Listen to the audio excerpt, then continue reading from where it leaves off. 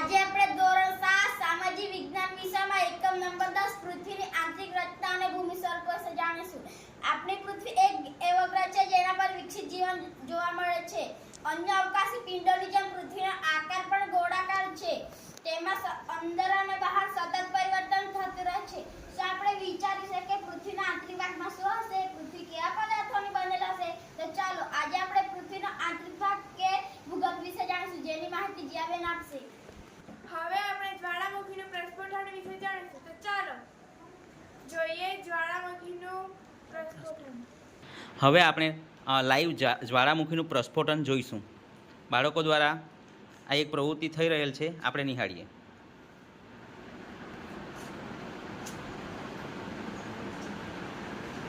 જ્વાળામુખીના જે પ્રકારો પડે છે એમાં સક્રિય જ્વાળામુખી કઈ રીતે થાય છે એનો એક નાનો ડેમો આપણે જોઈશું. સક્રિય જ્વાળામુખી